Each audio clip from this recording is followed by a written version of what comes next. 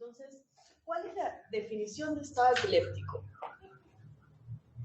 ¿Cuál es la definición de crisis epiléptica? ¿Alguien se anima a decirme qué puede ser una crisis epiléptica o cómo se define? Ok, a ver. Primero tenemos que empezar entonces definiendo qué es una crisis epiléptica. Es la ocurrencia transitoria de signos y síntomas debido a una actividad neuronal excesiva hipersincrónica. Es decir, por ejemplo, va a depender de dónde se encuentre esta actividad normal excesiva hipersincrónica para que dé síntomas. Vemos acá las diferentes áreas de Brodmann. Y, por ejemplo, si tenemos aquí, a nivel de la parte medial del homúnculo motor, en la parte precentral, ¿no? Área 4 de Brodmann, vemos que si es que tenemos esta descarga normal hipersincrónica a este nivel, entonces vamos a ver que gracias a las corticoespinal, el piramidal, vamos a tener movimientos clónicos, por ejemplo, en el lado opuesto. Es decir, si tenemos unas descargas a nivel del homúnculo izquierdo, en este caso, vamos a tener movimientos clónicos del miembro inferior derecho. Por eso tenemos crisis que pueden ser focales, si es que la descarga es en una sola área o en una localización específica, o generalizadas, si es que es en todo el cerebro, ¿no? En la parte derecha e izquierda, en el hemisferio derecho e izquierdo. Ahora acá tenemos, por ejemplo, igual un electroencefalograma, que es un examen auxiliar que nos ayuda a la identificación de la localización de la crisis epiléptica también. Vemos que este es el lado derecho y este es el lado izquierdo. Si es que la crisis está en el lado izquierdo, vamos a ver solo descargas en la mitad del cerebro. Y en cambio, si es que la crisis es hemisferio derecho e izquierdo, vemos descargas generalizadas. Esta es una morfología típica de una crisis epiléptica. Tenemos la última clasificación, que es ya de hace 2 años, en donde establecen, muy parecida a la de los inicios, pero ya establecen algunas modificaciones, ¿no? Crisis generalizadas, crisis focales, las que antes se llamaban parciales, y crisis de origen desconocido, porque podemos encontrar a un paciente, por ejemplo, la mamá nos dice, hemos llegado al cuarto y el niño ya estaba con movimientos tónico-clónicos generalizados, con supraversión ocular típico de una crisis generalizada. Pero no sabemos si empezó de repente en un solo foco, en miembro superior derecho, izquierdo, etc. Esto solamente es, bueno, la versión extendida de toda la clasificación actual del 2017 establecida por la ILAE. La ILAE es la, digamos, Liga contra la Epilepsia. Es una organización o el ente rector que rige a los epileptólogos, a los neurólogos pediatras y todos los profesionales relacionados con la epilepsia. Entonces vemos acá crisis focales o de inicio focal, de inicio generalizado y de inicio desconocido. Vemos que las crisis focales pueden ser con preservación de la conciencia, sin preservación de la conciencia, y motores y no motores, y bueno, esto en realidad solamente lo he colocado acá para poder ubicarnos, porque no es el tema del que vamos a tratar, pero una vez que nosotros ya sabemos qué cosa es una crisis epiléptica, vamos a hablar sobre la definición. Clásicamente, hace mucho, se definía como una condición caracterizada por crisis epiléptica lo suficientemente prolongada o que se repite tantas veces en diferentes tiempos cortos como para producir una invariable y duradera condición epiléptica. No es sino hasta el 99 que Lowenstein, mediante un trabajo de investigación en donde observó que una crisis epiléptica podía 1 minuto, 2 minutos y se revertía, se autolimitaba. 2, 3, 4, y a los 5 minutos se dio cuenta de que las posibilidades de que la crisis epiléptica se autolimite por el mismo organismo eran bastante limitadas y probablemente esta crisis epiléptica se iba a prolongar hasta los 30 minutos o más y llegar a ser una crisis epiléptica ya denominada estado epiléptico. Entonces, una crisis epiléptica ininterrumpida durante más de 30 minutos o crisis epilépticas repetidas sin recuperación de la conciencia entre las mismas, con una duración más allá de 30 minutos, era la definición clásica, ¿no? Pero luego, en el 99, cuando Lowenstein investigó esto y se dio cuenta que cuando pasaban los 5 minutos, la posibilidad de que llegara a 30 minutos era muy alta, entonces consideró que para la práctica, es decir, para utilizar medicación y autolimitar esta crisis y que no llegue a los 30 minutos, debería establecerse un tiempo de 5 minutos de la crisis epiléptica para dar medicación. Y ya luego, en el 2015, Trinca y colaboradores establecieron pues que lo que estaba comentando Lowenstein ya se considerara un parámetro establecido y definió un T1 y un T2, un tiempo 1 y un tiempo 2. El tiempo 1 para las crisis tónico-clónicas generalizadas llegando a estado epiléptico es una crisis epiléptica que dura más allá de 5 minutos. Es decir, más allá de 5 minutos tenemos que tratar la crisis porque si no, probablemente va a llegar a los 30 minutos que no queremos, porque en 30 minutos se ha comprobado por diferentes trabajos en animales que hay una muerte neuronal, hay una alteración de la función de las neuronas, y esto no es lo que queremos, ¿no?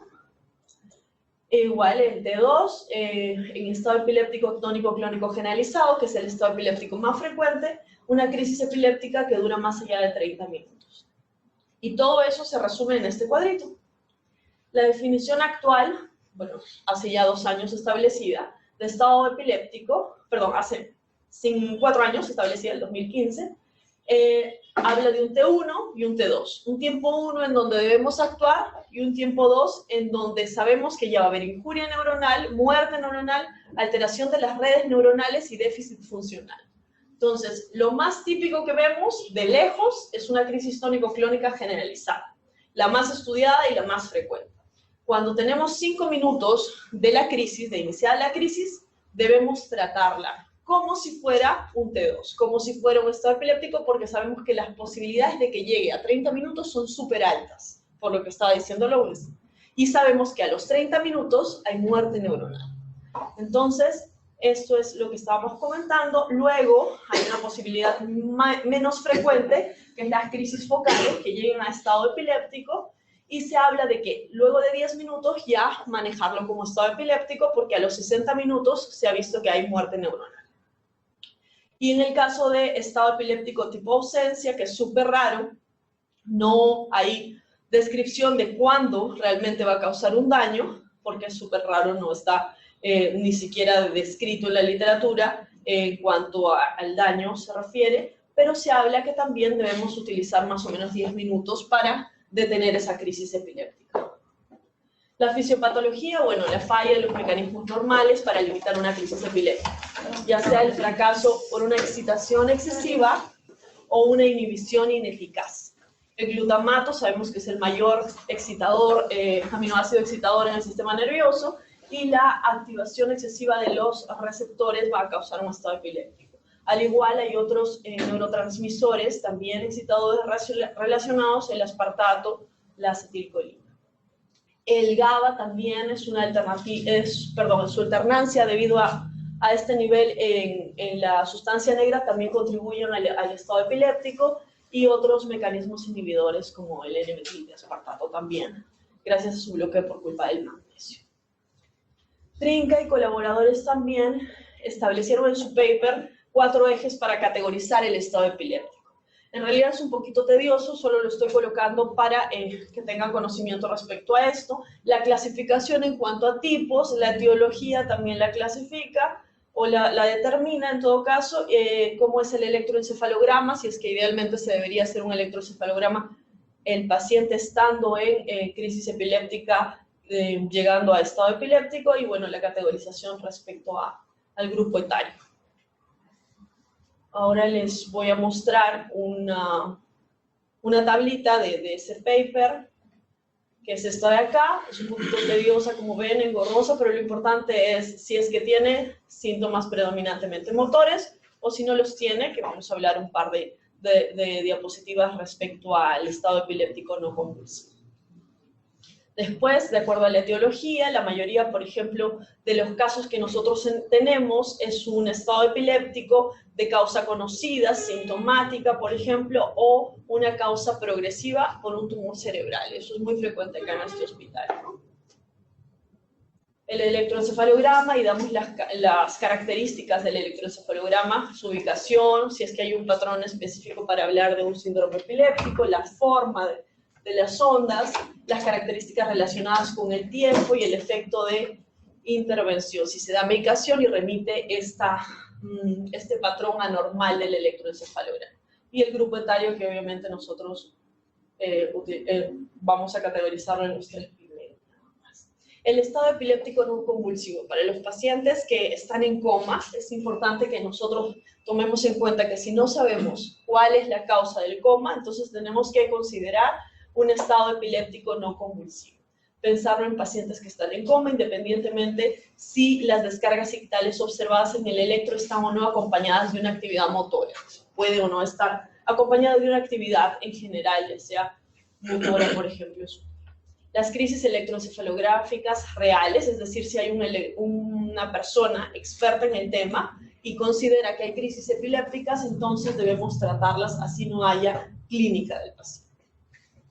Esto es simplemente la clasificación que Sandor estableció en el 2013 para definir un estado epiléptico no convulsivo.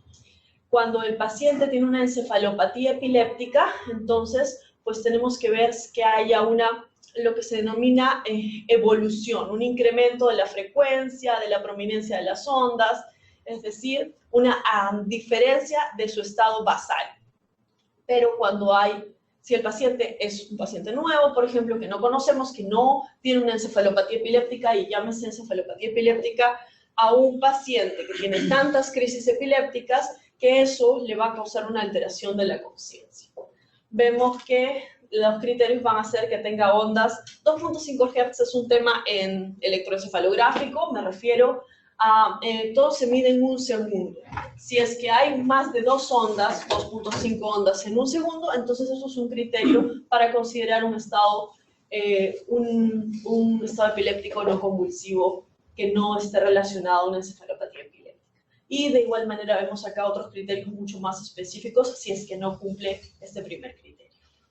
La falta del diagnóstico y el tratamiento de los estados epilépticos ha demostrado un aumento significativo de la morbimortalidad en neurología. Entonces, ni bien se diagnostica, debemos dar un tratamiento adecuado y rápido. Sabemos que las complicaciones, tanto en el estado inicial como después de los 30 minutos, son, digamos, en muchos casos severas, muy serias.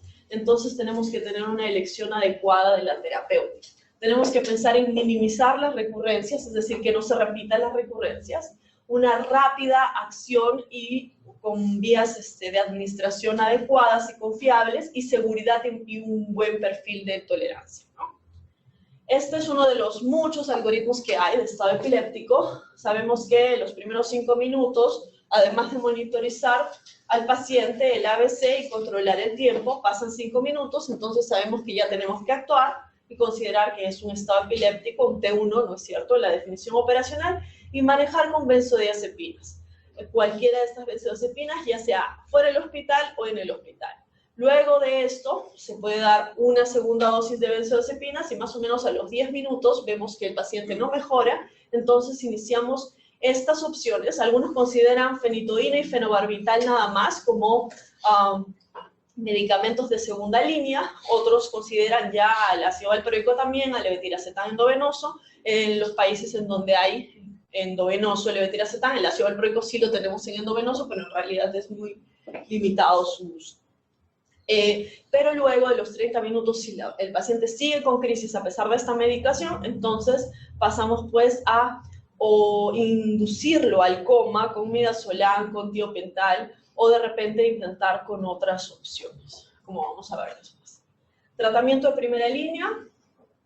Las benzodiazepinas siguen siendo el tratamiento de primera línea por su rápido control de crisis, ¿no? Le damos la medicación y en menos de un minuto va a ceder la crisis, y eso lo sabemos todos.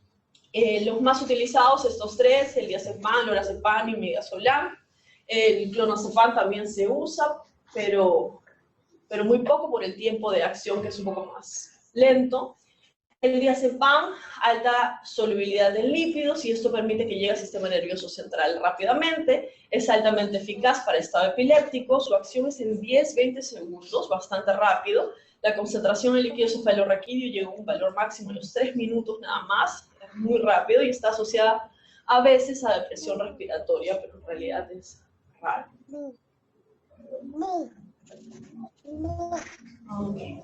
El lorazepam parece ser más efectivo que el diazepam en el tratamiento de estado epiléptico, por eso algunas guías lo recomiendan, pero en realidad hay trabajos de investigación que hablan de que uno es más eficaz que el otro, pero ambos, digamos, en cuanto a tiempo, van a ser eficaces en menos de un minuto, causan una menor depresión respiratoria y de repente por eso lo prefieren en algunas guías, sobre todo las americanas. El lorazepam intrarrectal puede ser eficaz cuando no hay un acceso endovenoso.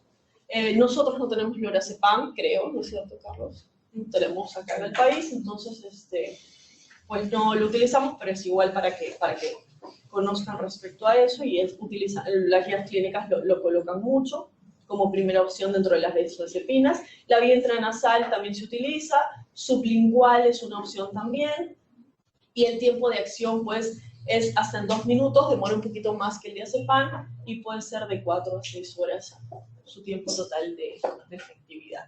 El midazolam es también muy eficaz, en menos de 1 minuto ejerce acción, tiempo de vida media es corto, y eso es lo malo en comparación con el diazepam.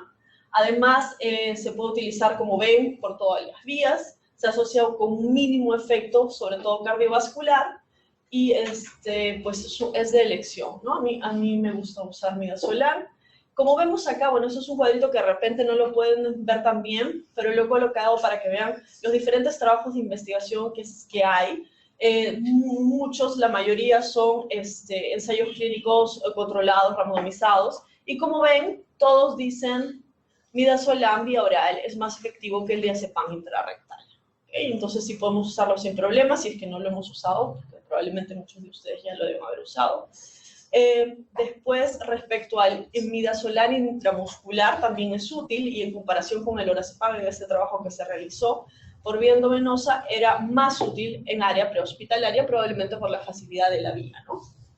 Y finalmente, el lorazepam intravenoso versus el diazepam intranasal, igual de efectivo.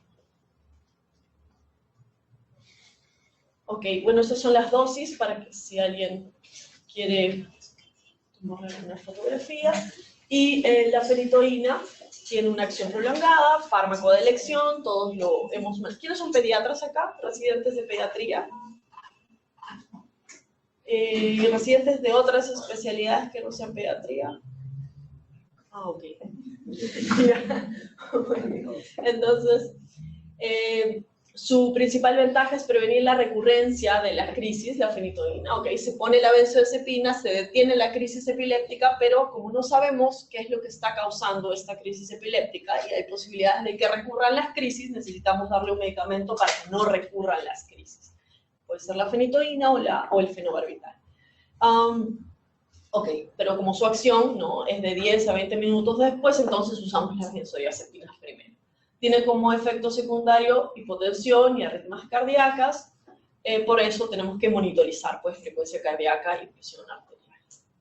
Se minimizan las complicaciones si la velocidad de infusión no supera los 50 miligramos por minuto. No debe ser infundida con dextrosa porque sabemos que precipita y hay un riesgo de dolor y lesión local que puede llegar a síndrome de guante morado, que es una lesión seria. El fenobarbital es también muy utilizado, igual que la fenitoína. Es un fármaco de acción prolongada. Su efecto secundario más frecuente, sedación, o que más cuidado tenemos que tener en todo caso, sedación y depresión respiratoria. Muchas veces se intuba el paciente y requiere ventilación mecánica. Y bueno, hay que tener mucho cuidado con la sedación prolongada porque su tiempo de vida media es bastante largo, varios días. Estado epiléptico refractario. Cuando nosotros intentamos las drogas de primera línea, algunos la catalogan ya estas dos como de segunda línea y las benzodiazepinas de primera línea, bueno, como fuera el caso, si es que se intenta ya benzodiazepina y fenobarbital y en muchos otros casos de repente algunos autores consideran, bueno, el levetiracetam o el ácido valproico, y no se detiene la crisis, entonces estamos frente a un estado epiléptico refractario.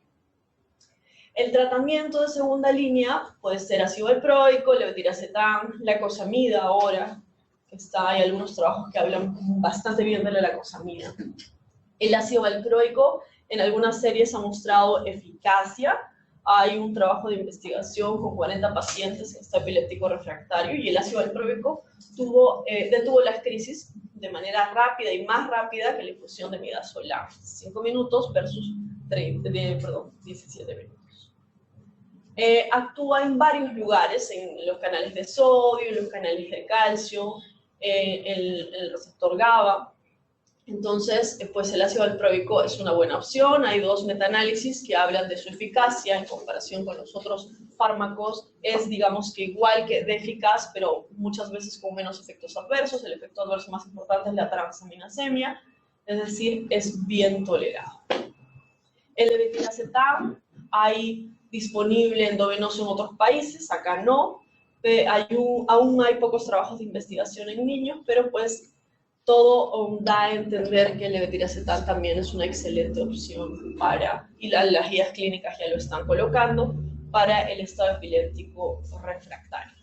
Es una droga eficaz, bien tolerada, segura, que es todo lo que nosotros necesitamos para utilizarlo como una buena opción.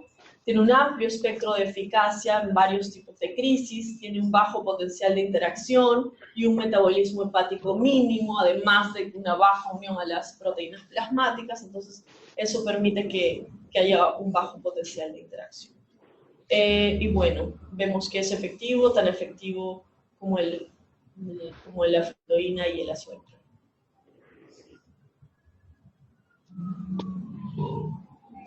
Bueno, esto igual, hay varios trabajos de investigación acá, solamente para señalar que el levetiracetam es efectivo, y hay otro trabajo que se está haciendo comparando con la fosfenitoína y con que hay en Estados Unidos, acá no hay fosfenitoína, pero bueno, la fenitoína, y el ácido valproico, y en diciembre sale el resultado, que probablemente también hablan de que hay buenos resultados comparando esos fármacos. La lacosamida, que es un fármaco nuevo, se ha aprobado ya para pacientes mayores de 17 años o más con crisis focales, ya sea con monoterapia o adjunto a otros medicamentos, y como ven, podría ser efectivo y bien tolerado en niños también. El propofol, bueno, es un anestésico de inicio rápido, corta duración. Ha sido reportado en pequeños estudios para adultos y niños, pero hablan de su efectividad, efectos adversos que a veces son importantes, hipotensión, apnea, bradicardia, edema pulmonar e hipertrigliceridemia en el caso de uso prolongado, y por eso de repente a algunos no les gusta usarlo cuando hay estado epiléptico refractario.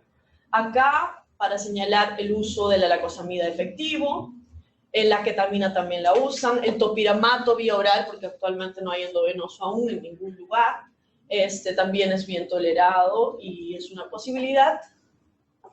Y esto acá es un resumen de lo que estábamos comentando. Los puntos importantes acá es, bueno, cuando entra el paciente en emergencia, no olvidar que tenemos que dosar el antiepiléptico, si es posible. Acá, como tenemos en el hospital la posibilidad de dosarlo, lo dosamos. Después, tomar en cuenta si es que ha consumido o que se le han administrado benzodiazepinas antes de llegar al hospital, porque lo máximo es 2 administraciones de las benzodiazepinas, y no olvidar de la piroxina en menores de 2 años. Y finalmente, bueno, si es que el paciente ha intentado drogas de primera elección, si se ha intentado coma, o inducir el coma al paciente y no ha funcionado, pues hay otras opciones, pero esto ya es manejo en unidad de cuidados intensivos, de hecho, ¿no? Y bueno, finalmente, el estado epiléptico superrefractario, solamente para saber la definición, más de 24 horas, y se puede utilizar hipotermia o dieta cetogénica, o volver a colocar anestesia para inducir el coma, ¿no? 24 horas, 48 horas. Y eso es todo. Eso es la bibliografía.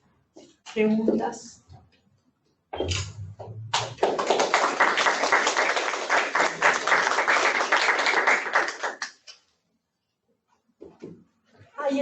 el inicio del comité de epilepsia del que formo parte y ahora somos un grupo ya más grande, tenemos que actualizar la foto, Carlitos. Eso es todo. Sí, claro.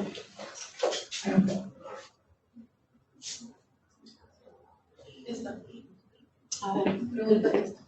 El manejo en atención primaria, ¿cuál debería ser la acción inicial?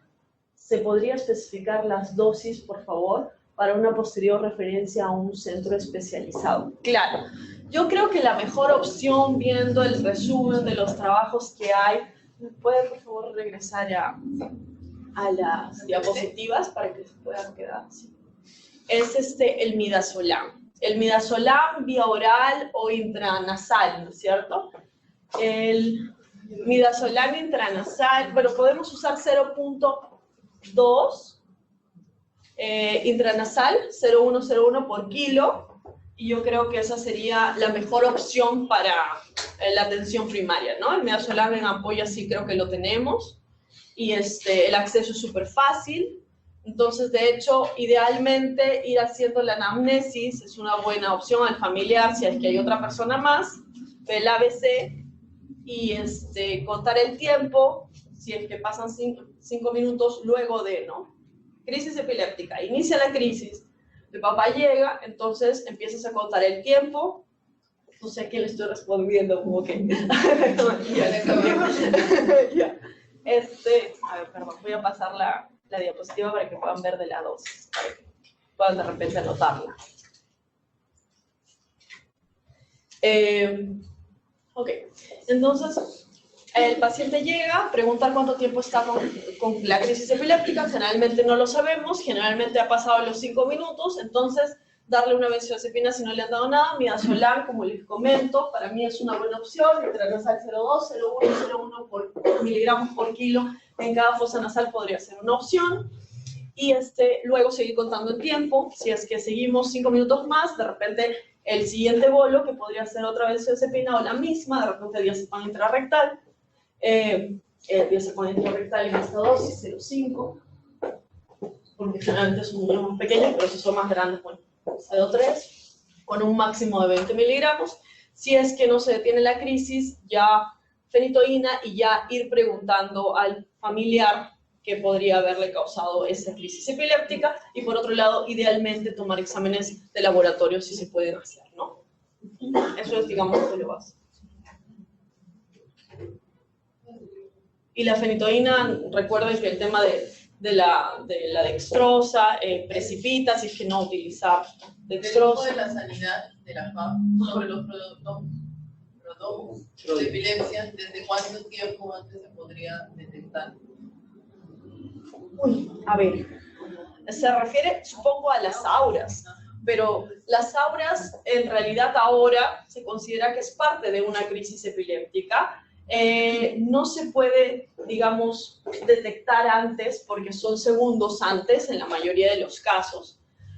Y si se refiere a otras crisis epilépticas, todo es la anamnesis, ¿no? Preguntar adecuadamente al papá o al cuidador, a quien corresponda, cómo son las crisis epilépticas, y de acuerdo a eso, la descripción de la anamnesis nos va a decir si es que estamos frente a una crisis epiléptica o no, cuál sería qué tipo de enfermedad podría ser.